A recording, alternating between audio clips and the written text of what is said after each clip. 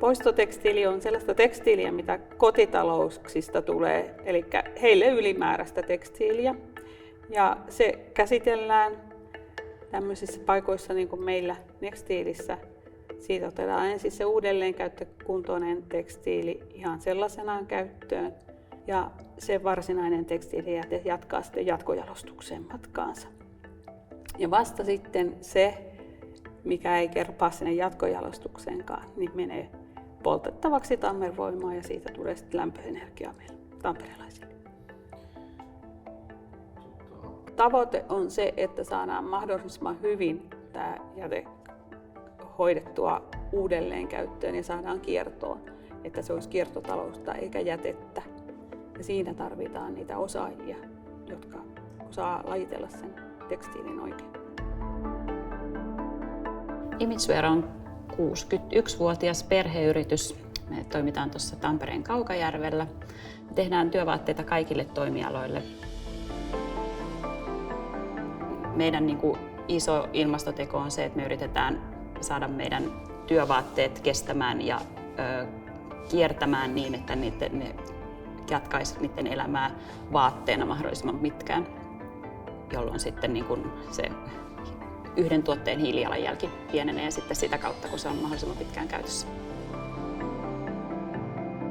Bijou Jeans valmistaa uusiokäytetyistä vanhoista farkuista uusia tilkkufarkkuja.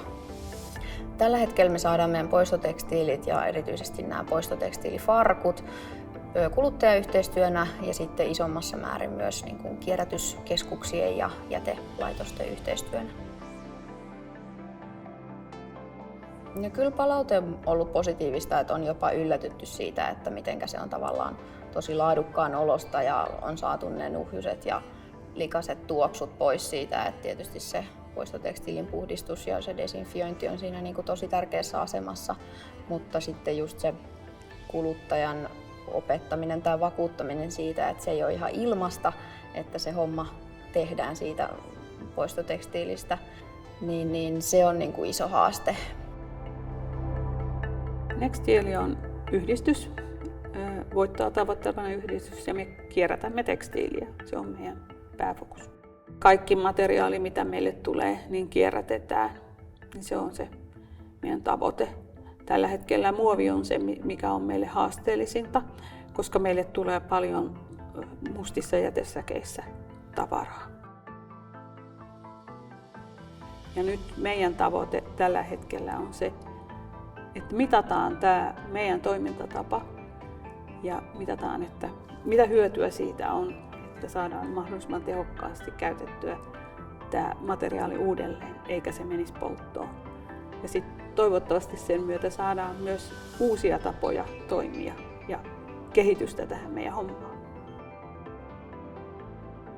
No ilman muuta voisi tulla lisääkin yrityksiä ja kyllähän meilläkin se ensimmäinen tavoite oli hyvin pieni, matalalla kynnyksellä, että en uskaltanut laittaa suurta tavoitetta aluksi, että tavoitteet on kasvanut sitten siinä matkan varrella.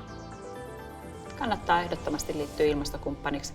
Se, että on jotain tällaisia organisaatioita, jotka sparraa ja auttaa, ja sitten toisaalta kun jo vähän julkisesti niitä tavoitteitansa kertoo, niin se tuo pientä painetta sitten sinne omaan päähänkin.